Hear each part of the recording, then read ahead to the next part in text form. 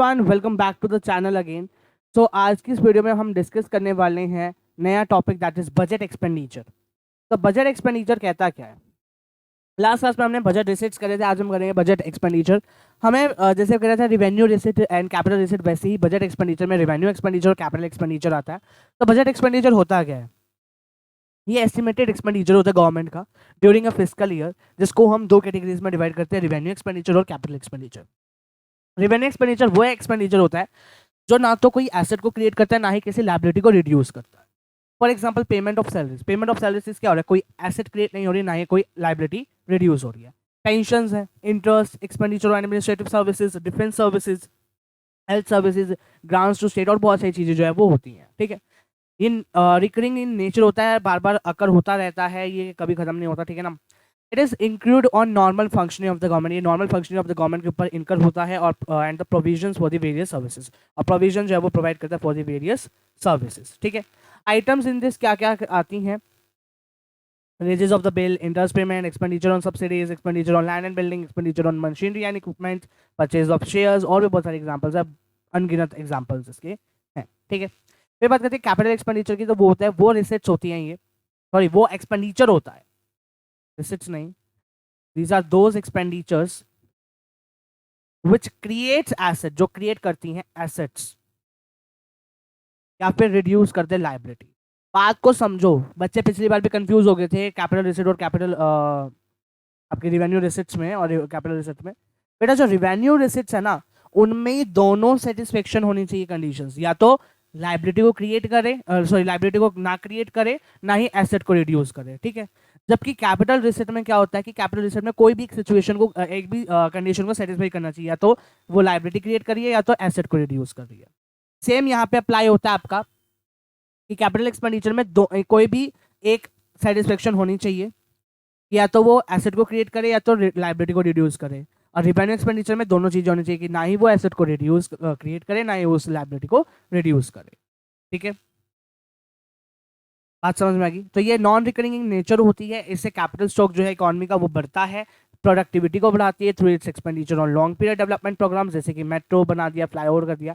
Example से loan दे दिया states और यूनियन टेरिटरीज को, एक्सपेंडिचर कर दिया रोड्स बनाने के लिए, फ्लाईओवर्स बनाने के लिए, फैक्ट्रीज के लिए बनाने के लिए। ठीक है, मशीनरी को परचेज करने के लिए, या रीपेमेंट ऑफ बोरोइंग्स, और भी बहुत सारे एग्जाम्पल्स है जो कि खत्म नहीं हो सकते। ठीक है, तीन तरह के एक्सपेंडिचर होते हैं, प्लान एक्सपेंडिचर, नॉन प्लान और कैपिटल। प्लान जो स्पेसिफिकली प्लान किया जाता है कि भैया इस चीज की डेवलपमेंट हो रही है तो इसके ऊपर एक खर्चा होगा। नॉन प्लान सोचा नहीं था कि इस चीज के ऊपर खर्चा करेंगे तो उस पर खर्चा हो गया। घर पे होता है ना कि भैया हमने ये सोचा है कि हम इस साल ना इस चीज पे खर्चा नहीं करेंगे, लेकिन वो हो गया बाई चांस। ठीक है, बाई चांस की बात है, मतलब ऐसी जरूरत पड़ गई कि उसके ऊपर एक्सपेंडिचर करना पड़ा, हमें खर्चा करना पड़ा। ठीक है ना, तो उस तरह में नॉन प्लान को समझ लो। तो प्लान क्या हुआ? Expenditure related to specific plan और प्रोग्राम ऑफ द डेवलपमेंट, कि किसी स्पेशल प्लान को डेवलप करना है, प्रोग्राम को बनाना है, तो उसके लिए नॉन प्लान में वो एक्सपेंडिचर होता है जो routine functioning of the government के लिए होता है।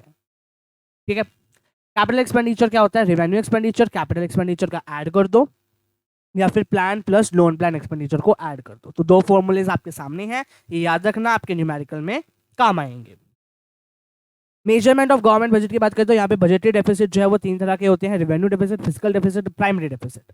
ये जो टॉपिक है ये इंपॉर्टेंट है, ध्यान से सुन लो, क्योंकि यहीं से आपका न्यूमेरिकल क्वेश्चन बन के आएगा पेपर में, तो ये आपको याद रखना पड़ेगा। तो रेवेन्यू डेफिसिट होता क्या है? Whether we are able to cover our day to day expenditure और नॉट। ऐसा डेफिसिट होता है ये जिसपे हम अपना डे टू डे एक्सपेंडिचर को कवर कर पा रहे हैं नहीं कर पा रहे, हमें उससे फर्क नहीं पड़ता, क्योंकि इसका जो फॉर्मूला फिर क्या निकल के आता है? Revenue expenditure minus revenue receipts.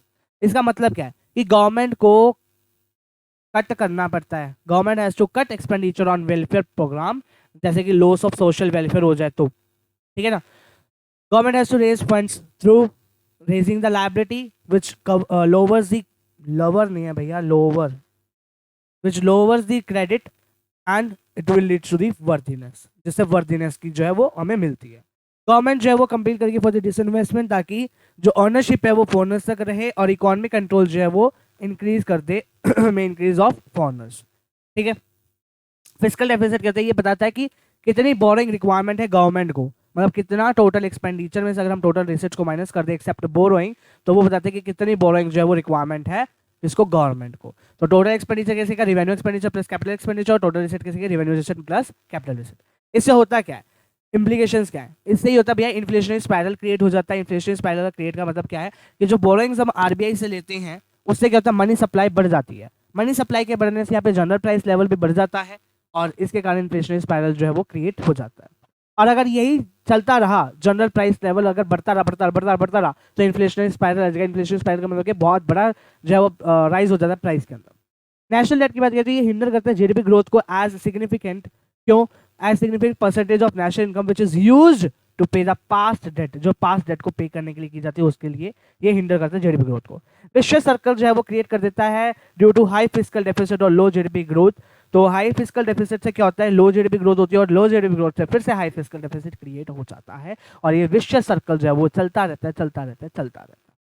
Crowding out का मतलब क्या, कैसी सिचुएशन होती है जब गवर्नमेंट जो है वो हाई बोरोइंग करती है ताकि वो रिड्यूस कर सकते हैं अपनी अवेलेबिलिटी ऑफ फंड्स को फॉर प्राइवेट इन्वेस्टर। अब due to scarcity of funds interest rate जो है वो बढ़ जाते हैं और इसके अकॉर्डिंग जो है ओवरऑल इन्वेस्टमेंट भी वो क्या हो जाती है, कम हो जाती है।